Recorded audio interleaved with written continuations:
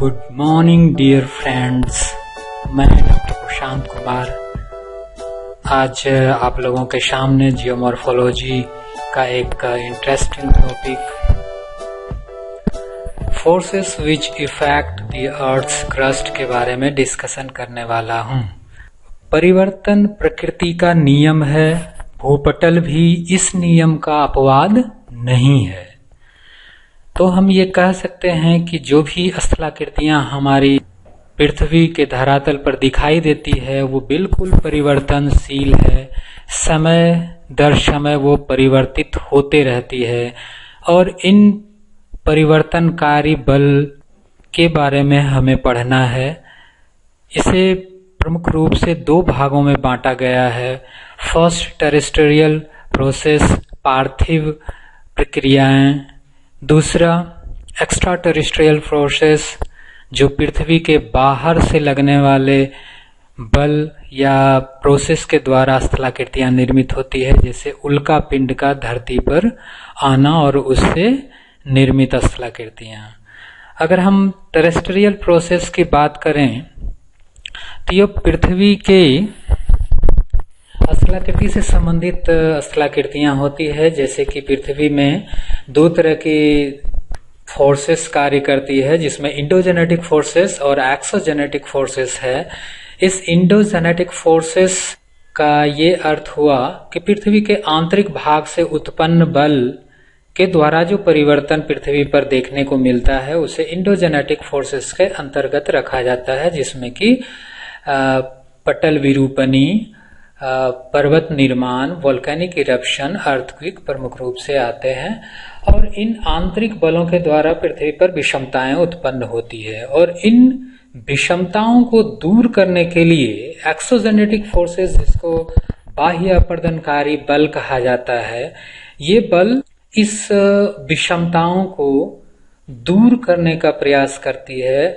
इसका अर्थ ये है कि ये बाह्य अपर्दनकारी बल इन उपस्थित उच्चावच को काट छांट के समतल करने में लगी रहती है, जिसमें कि डेनुडेशन प्रमुख रूप से क्रियाएं आती है। इस डेनुडेशन के अंतर्गत वेदरिंग और इरोजन आता है। वेदरिंग को चार फैक्टर्स के द्वारा वेदरिंग होता है, जिसमें physical weathering, chemical weathering, biological weathering और बायोकेमिकल वेदरिंग होता है।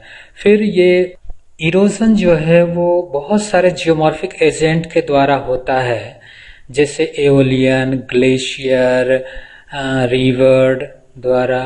इसके अलावा ओसनिक करेंट।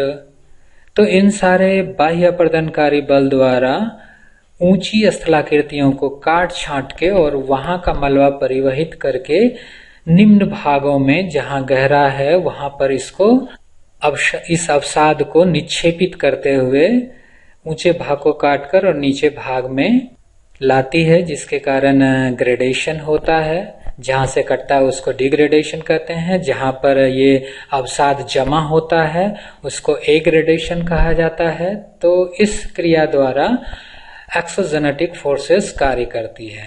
अगर हम इंडोजेनेटिक फोर्सेस को बृहद रूप से देखें तो ये पुनः दो भागों में बांटा है। डायस्ट्रोपिक फोर्सेस, पटल विरूपणी, और सडन फोर्सेस, आकस्मिक बल द्वारा। तो डायस्ट्रोपिक को पुनः दो भागों में बांटा गया है, इपेरियोजेनिक फोर्सेस और ओरोगेनिक फोर्सेस।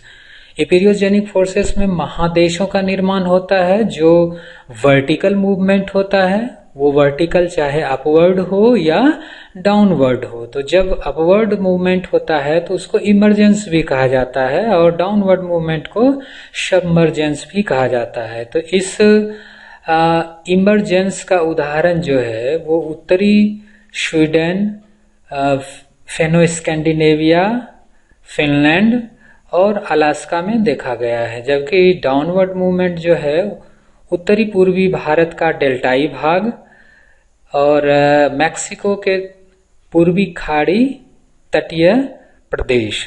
इसके अलावा अगर हम ओरोजेनिक फोर्सेस की बात करें तो ये ओरोजेनिक फोर्सेस जो है वो हॉरिजॉन्टल कार्य करती है और इस हॉरिजॉन्टल फोर्सेस को दो भागों में बांट के अध्ययन किया गया है। पहला टेंशनल फोर्सेस और दूसरा कंप्रेशनल फोर्सेस। तो ये तनाव बल जो है वहां पर लगता है जहां पर कि दो प्लेटें एक दूसरे से विपरीत दिशा में प्रवाहित होती है। जहां दो प्लेटें अलग हो रही होती है तो वहां पर टेंशनल फोर्सेस कार्य करता है, जिसकी वजह से क्रिस्टल फ्रैक्चर होता है। इस फ्रैक्चर में क्रैकिंग होता है, फॉल्टिंग होता है और इसी फॉल्टिंग पर फॉल्टेड माउंटेन का निर्माण होता है, जैसे ब्लैक फॉरेस्ट।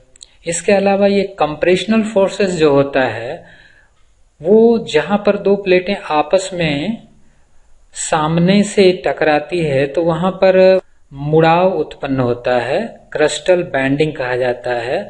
इस क्रिस्टल बैंडिंग में फोल्डिंग्स आता है जिससे कि फोल्डेड माउंटेन का निर्माण होता है, जैसे हिमालय। और वार्पिंग भी होता है, जब छोटे पैमाने पर वो मुड़ती है तो उसको वार्पिंग कहा जाता है। ये अप वार्पिंग और डाउन वार्पिंग होता है। तो सडन फोर्सेस जो होता है वो विनाशकारी बल होता है, जिसमें कि अर्थक्वेक और वोल्केनिक इरप्शन आता है।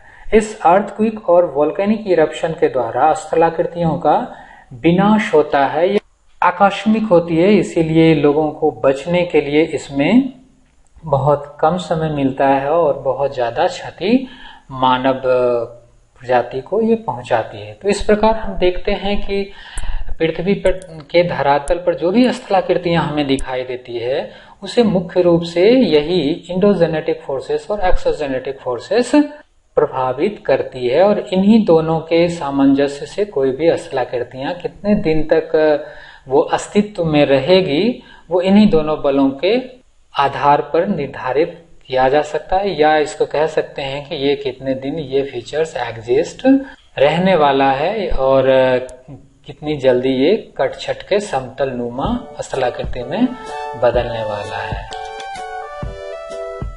Thank you.